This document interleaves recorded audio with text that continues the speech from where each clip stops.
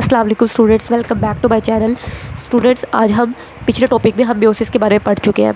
Meiosis 1 क्या होती है, मियोसिस 2 क्या होती है, हम डिटेल से उसको अच्छे से पढ़ चुके हैं। अगर आपको वीडियोस पहले आप उन वीडियोस को ज़रूर देखें, वो आपको ज़रूर समझ आएगी इंशाल्लाह। अब हम सिग्निफिकेंस ऑफ मियोसिस की बात करते हैं कि जो हमने सारा मियोसिस का प्रोसेस पढ़ा, मियोसिस 1 होती है, मियोसिस 2 होती है, इसकी अहमियत क्या है, क्यों पढ़े इस प्रोसेस को। ठीक है, ये बहुत इंपॉर्टेंट लोग क्वेश्चन है। अच्छा, सिग्निफिकेंस ऑफ मियोसिस क्या है? वो कहते हैं मियोसिस की जो अहमियत होती है, किस चीज़ में मियोसिस की अहमियत है? रिप्रोडक्शन में एंड इनहेरिटेंस। रिप्रोडक्शन का मतलब है कि ये जो ऑफस्प्रिंग की ये जो नंबर ऑफ ऑफस्प्रिंग इंक्रीज़ किए जाते हैं ना, मतलब बच्चों अगली नस्ल को बढ़ाया जाता है ये। और इनहेरिटेंस का मतलब है कि एक पेरेंट से जो इनहेरिटेड मटीरियल जो विरासती अमल है वो बच्चों के अंदर आ रहा है। वो इन दोनों जो प्रोसेस है ना, इनमें मियोसिस का किरदार है। ये जो प्रोसेस था मियोसिस का, इसको सबसे पहले डिस्क्राइब किया, किसने डिस्क्राइब किया? 1890 के अंदर एक जर्मन बायोलॉजिस्ट था, ऑगस्ट वाइजमैन सबसे पहले इसको डिस्क्राइब किया था, इस प्रोसेस को, ठीक है, बयान किया था। उसने क्या बताया? उसने ये बताया कि मियोसिस जो थी ना, वाज नेसेसरी, बहुत ज़रूरी है। किसके लिए? नॉट ओनली, ना सिर्फ to maintain the number of chromosome in the next generation, अगली नस्ल के अंदर नंबर ऑफ क्रोमोसोम को मेंटेन करने के लिए ज़रूरी है, but also to produce variation in the next generation, बल्कि जो अगली नस्ल पैदा होती है उस नस्ल के अंदर वेरिएशंस प्रोड्यूस करने के लिए भी ये बहुत इंपॉर्टेंट है मियोसिस। वेरिएशंस का मतलब होता है तब्दीलियाँ। अब मैं आपको बताती हूँ कि हम इन दोनों को डिटेल से पढ़ेंगे। नंबर 1, 2 जगह मियोसिस ज़रूरी है। एक जगह कहाँ पे ज़रूरी है? अगली जनरेशन के अंदर नंबर ऑफ क्रोमोसोम मेंटेन करने के लिए, और दूसरा कहाँ पे ज़रूरी है? अगली जनरेशन के लिए अंदर वेरिएशन प्रोड्यूस करने के लिए ज़रूरी है। तो ये 2 जगह मियोसिस की बहुत अहमियत होती है। पहले हम पढ़ लेते हैं maintenance of chromosome number in the next generation, कि अगली नस्ल के अंदर जो नंबर ऑफ क्रोमोसोम मेंटेन कर किए जाते हैं वो कैसे किए जाते हैं, मैं आपको इसको बताती हूँ। अच्छा स्टूडेंट्स, ये देखिए नंबर ऑफ क्रोमोसोम को कैसे इन्होंने मेंटेन करना है। देखिए, हमने कहा था जो गैमेट्स होते हैं ना, पीछे पढ़ चुके हैं, वो जर्म लाइन सेल्स होते हैं। जर्म लाइन सेल्स, इन सेल्स से गैमेट्स बनते हैं। ठीक हो गया। ये सेल्स ना डिप्लॉयड होते हैं। डिप्लॉयड, जब भी मैं डिप्लॉयड लिखूँ ना, इसका मतलब है 2n डिप्लॉयड के लिए लिखा जाता है, और एक n हैप्लॉयड के लिए लिखा जाता है। ठीक है, ये जो जर्म लाइन सेल्स होते हैं ना, डिप्लॉयड सेल्स होते हैं। डिप्लॉयड का क्या मतलब है कि इन सेल्स के अंदर ना 46 नंबर ऑफ क्रोमोसोम होते हैं। अब ये सेल्स जो होते हैं ना, ये मियोसिस करते हैं, और मियोसिस के नतीजे में नंबर ऑफ क्रोमोसोम आधे हो जाते हैं, और आधे होके कितने, मैंने आपको बताया हमेशा मियोसिस के नतीजे में जो डॉटर सेल बनता है उसमें कितने नंबर ऑफ क्रोमोसोम होते हैं? आधे होते हैं। आधे मतलब अगर टोटल 46 है तो आधे 23 हो जाएंगे। तो इसके नतीजे में जो सेल बनेगा उसके अंदर 23 नंबर ऑफ क्रोमोसोम होंगे, और उसको कहते हैं गैमेट। ठीक हो गया। अगर मियोसिस का प्रोसेस ना होता, ये हमारे पास बन गया मेल गैमेट, इसी तरीके से हमारे पास फीमेल गैमेट बन जाएगा। ठीक हो गया। फीमेल गैमेट के अंदर भी 23 नंबर ऑफ क्रोमोसोम ही होते हैं। फिर क्या होता है, ये मेल गैमेट और फीमेल गैमेट दोनों आपस में मिल जाते हैं, और इन दोनों के मिलने से बनता है जाइगोट। जाइगोट के अंदर कितने नंबर ऑफ क्रोमोसोम आएंगे? 23 और 23 46 आ जाएंगे, और ये जाइगोट ने एक पूरा ह्यूमन बींग नया बना देना है। ठीक है, एक पूरा ह्यूमन, और उस ह्यूमन बींग को अगर आप देखोगे, उसके किसी भी सेल को निकाल के देख लो, उस सेल के अंदर 46 नंबर ऑफ क्रोमोसोम ही आपको मिलेंगे। ठीक है।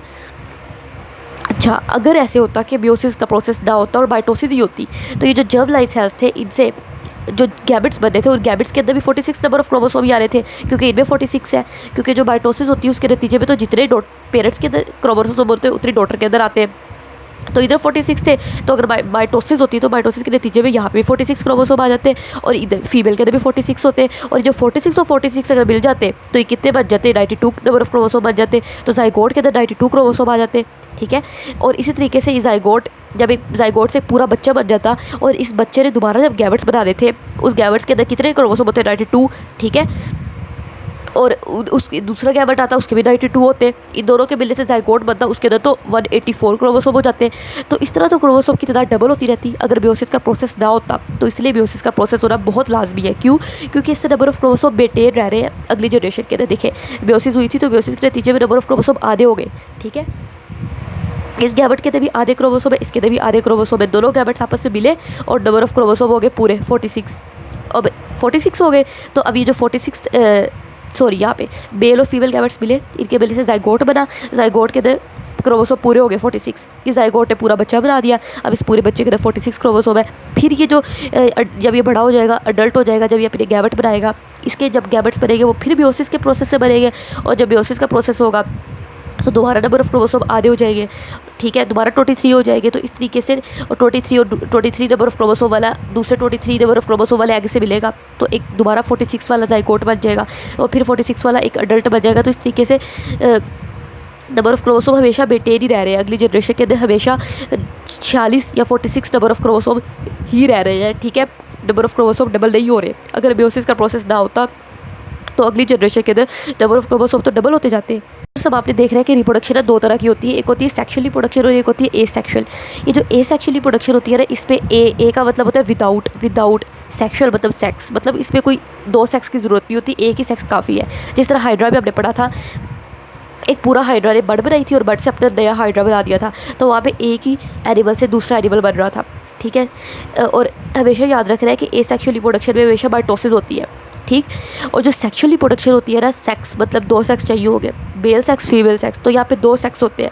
और सेक्शुअल रिप्रोडक्शन हमारे इधर होती है ह्यूमन्स के अंदर, क्योंकि इस रिप्रोडक्शन के लिए एक मेल चाहिए और एक फीमेल चाहिए, ठीक है।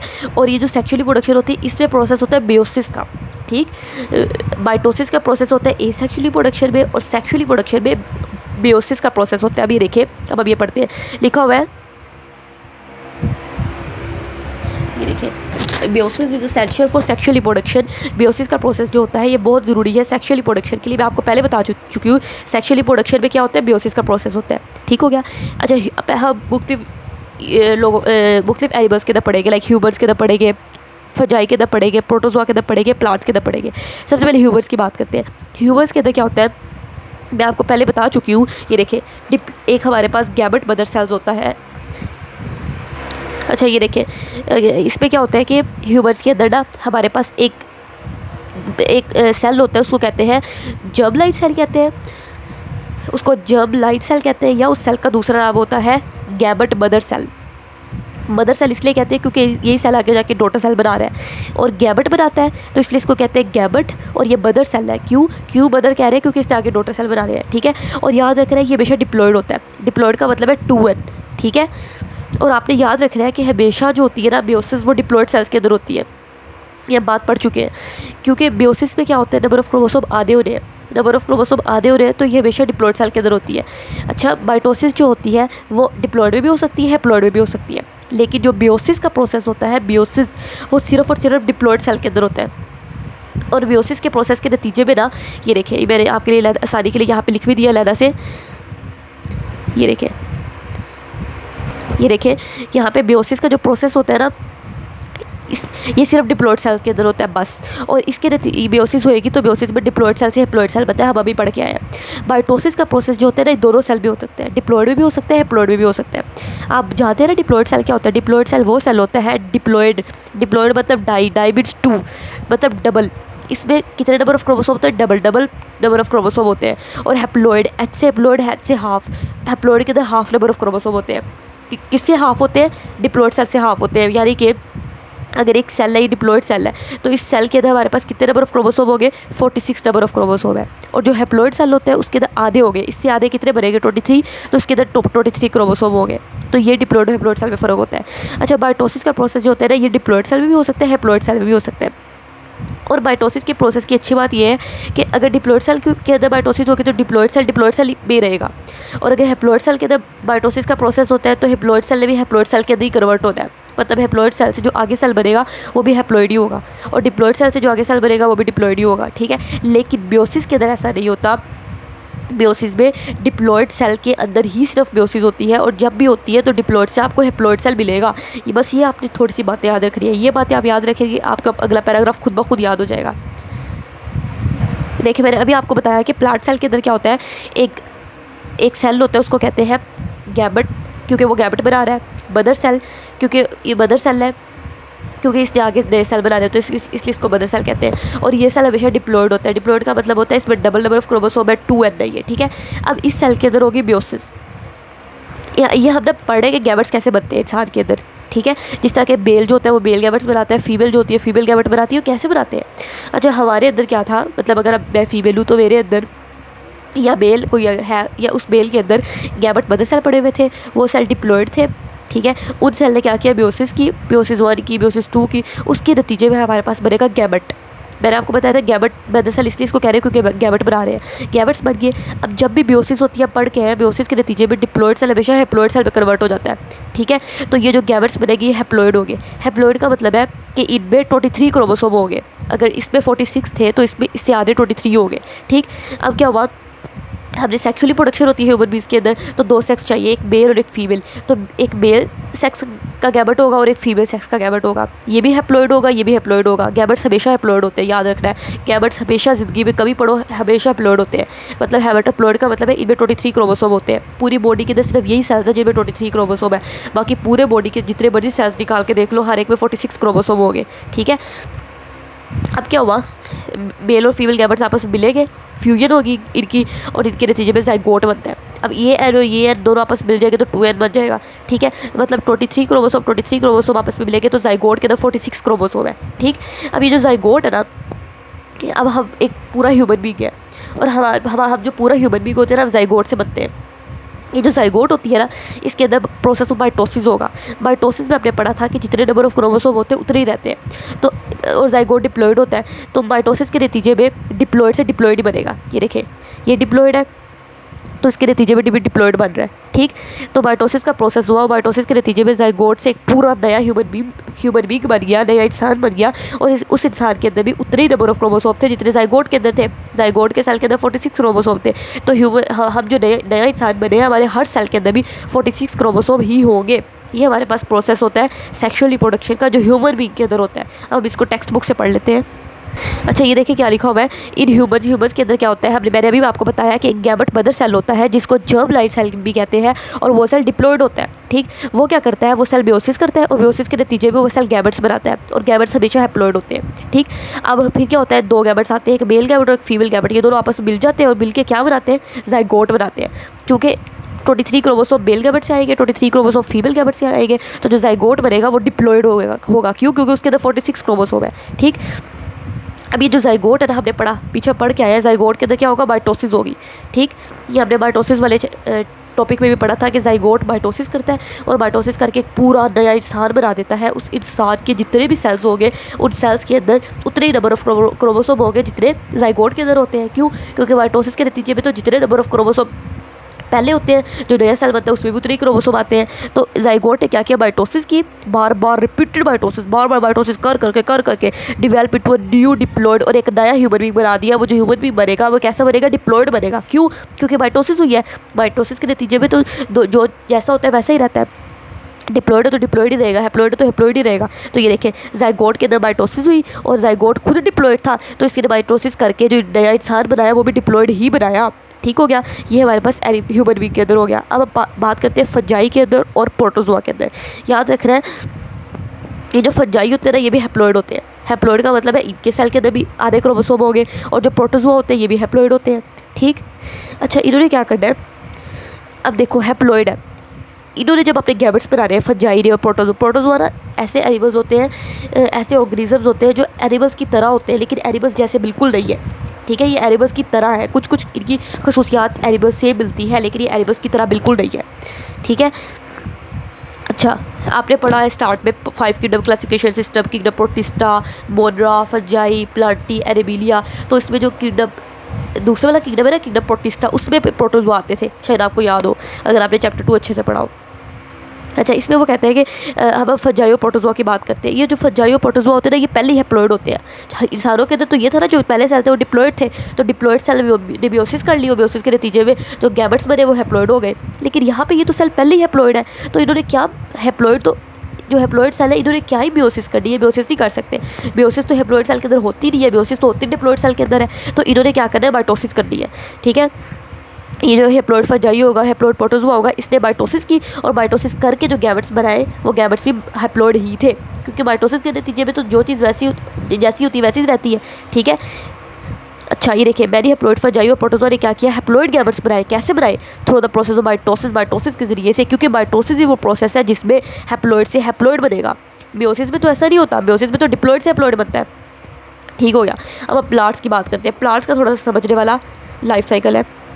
अच्छा स्टूडेंट्स, प्लांट जो होते हैं ना, पौधे, ये जो आपको आपके इर्द पौधे नजर आते हैं, इनके अंदर एक प्रोसेस होता है जिसको कहते हैं अल्टरनेशन ऑफ जनरेशन। अल्टरनेट का मतलब होता है एक दूसरे से बदल रही है, मतलब एक ये जनरेशन है और एक ये जनरेशन है, तो ये इससे बदल रही है, ये इससे बदल रही है, तो ये अल्टरनेशन और जनरेशन मतलब नस्ल, दो जनरेशन की अल्टरनेशन हो रही है।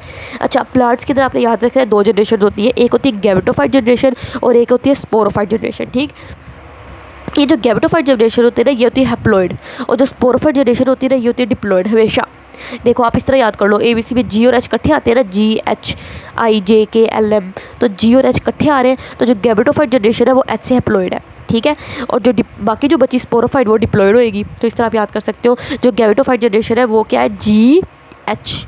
ठीक, तो वो हैप्लॉइड है, गैमेटोफाइट जनरेशन हैप्लॉइड। हैप्लॉइड का मतलब है इसमें पहले नंबर ऑफ क्रोमोसोम आधे हैं।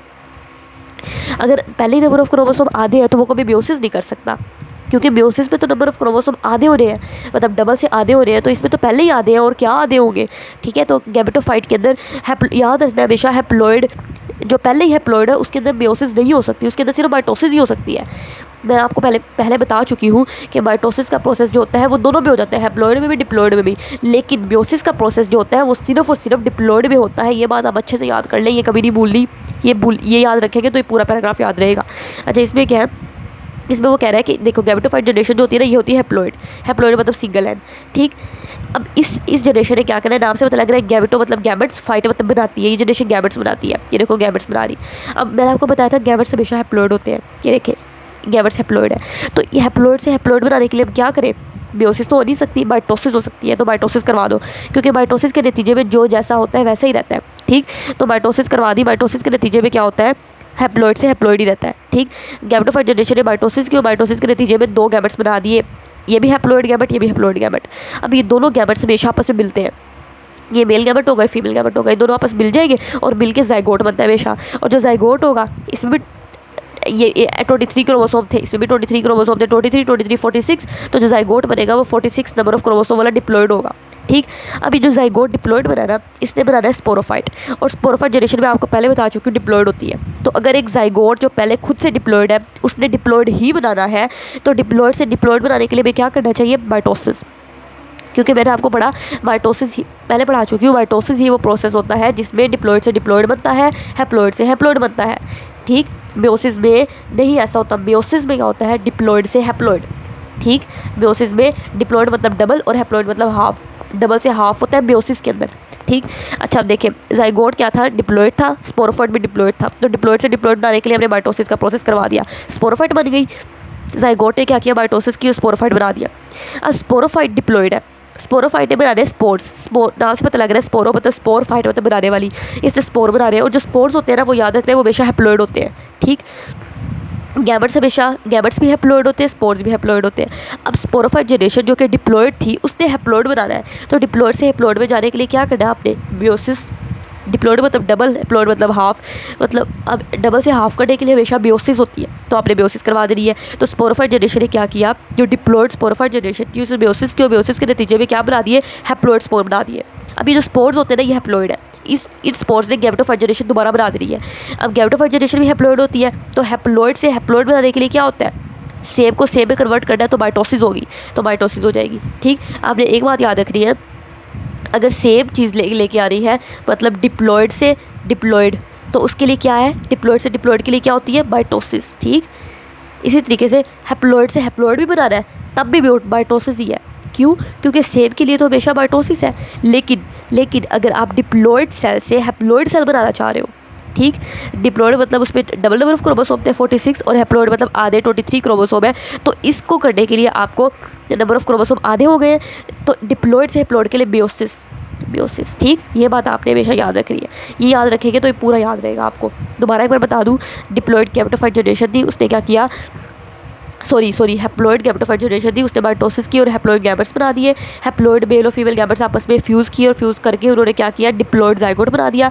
डिप्लॉइड जाइगोट ने डिप्लॉइड स्पोरोफाइट बना दिया, तो उसके लिए माइटोसिस करनी पड़ेगी, माइटोसिस करके उसने डिप्लॉइड स्पोरोफाइट बना दिया। अब डिप्लॉइड स्पोरोफाइट ने हैप्लॉइड स्पोर्स बना रहे हैं, स्पोर्स और गैमेट्स हमेशा हैप्लॉइड होते हैं, और GH गैमेटोफाइट भी हैप्लॉइड होती है, बस एक स्पोरोफाइट ही है जो डिप्लॉइड है, बाकी सारे हैप्लॉइड है। ठीक है, स्पोरोफाइट डिप्लॉइड होती है, ज़ाइगोट भी डिप्लॉयड होता है। ठीक, अभी जो स्पोरोफाइट है इसने क्या करना था, हैप्लॉयड स्पोर्स बना रहे थे, ये खुद डिप्लॉयड थी तो इसने मेयोसिस किया, मेयोसिस के क्योंकि मेयोसिस से डिप्लॉयड से हैप्लॉयड बन सकता है ना, तो इसने क्या किया, हैप्लॉयड स्पोर्स बना दिए। हैप्लॉयड स्पोर्स ने फिर हैप्लॉयड गैमेटोफाइट बनानी थी, तो हैप्लॉयड से हैप्लॉयड में जाने के लिए क्या है, माइटोसिस है, तो इसने माइटोसिस करके हैप्लॉयड गैमेटोफाइट बना दी। इस तरीके से पौधों के अंदर ये प्रोसेस जारी रहता है। ये देखिए इसमें मेयोसिस की कितनी अहमियत है, मेयोसिस का प्रोसेस है तो पौधों के अंदर ये प्रोसेस चल रहा है। ये देखिए मैं आपको यहाँ से पढ़ा देती हूँ, लिखा हुआ है प्लांट्स की जो लाइफ साइकिल होती है उसमें अल्टरनेशन ऑफ जनरेशन का प्रोसेस होता है, जो मैंने भी आपको बताया। इसमें क्या होता है वही सारा लिखा हुआ है। The cells of diploid sporophyte generation, शुरू में जो ये उन्होंने यहाँ से शुरू किया, हमने स्टार्ट से शुरू किया था ना, ये देखें उन्होंने यहाँ से प्रोसेस शुरू किया है। वो कह रहे हैं कि जो डिप्लॉयड स्पोरोफाइट है उसके जो सेल्स होंगे, यहाँ से शुरू कर लो, यहाँ से शुरू कर लो, बात एक है। अच्छा, डिप्लॉयड स्पोरोफाइट जनरेशन जो है उसने मेयोसिस करनी है और मेयोसिस करके हैप्लॉयड स्पोर्स बना देने हैं। ये देखिए यहाँ पे भी ये लिखा हुआ है, ये the cells of diploid sporophyte generation, जो डिप्लॉयड जो स्पोरोफाइट जनरेशन के सेल्स होते हैं इन्होंने क्या करना है, अंडरगो मेयोसिस की और हैप्लॉयड स्पोर्स बना दिए। ये जो हैप्लॉयड स्पोर्स होते हैं विच ग्रो, मतलब ये जो हैप्लॉयड स्पोर्स है ग्रो करेंगे, किस में ग्रो करेंगे, देखिए हैप्लॉयड स्पोर्स किस में ग्रो कर रहे हैं, हैप्लॉयड गैमेटोफाइट में ग्रो कर रहे हैं, तो ये हैप्लॉयड गैमेटोफाइट में ग्रो करेंगे। ठीक, और कैसे करेंगे, माइटोसिस के प्रोसेस से। ठीक हो गया। उसके बाद उन्होंने कहा है ये जो गैमेटोफाइट जनरेशन बन गई है, इस गैमेटोफाइट जनरेशन ने ये ऊपर जो बन चुकी थी, इसने क्या करना है, इसने अब गैमेटोफाइट मतलब गैमेट्स बनाने हैं और ये खुद हैप्लॉयड है, तो हैप्लॉयड से हैप्लॉयड करने के लिए माइटोसिस होगी, तो ये जो हैप्लॉयड गैमेटोफाइट जनरेशन है इसने हैप्लॉयड गैमेट्स बनाए माइटोसिस से। ठीक, और ये फिर ये दोनों जो गैमेट्स थे, ये देखें मेल और फीमेल गैमेट्स, ये दोनों आपस में यूनाइट किए थे, यूनाइट करके इन्होंने डिप्लॉयड ज़ाइगोट बना दिया था। ये गैमेट्स को कंबाइन किए और कंबाइन करके इन्होंने डिप्लॉयड ज़ाइगोट बना दिया। फिर जो डिप्लॉयड ज़ाइगोट था इसे दोबारा माइटोसिस की और स्पोरोफाइट बना दी, तो जो डिप्लॉयड ज़ाइगोट है इसने दोबारा माइटोसिस का प्रोसेस किया और डिप्लॉयड स्पोरोफाइट जनरेशन बना दी। तो ये सारा मैंने आपको इस तरीके से समझा दिया। अगर आपको मेरी वीडियो पसंद आई हुई तो प्लीज़ मेरे चैनल को सब्सक्राइब करें।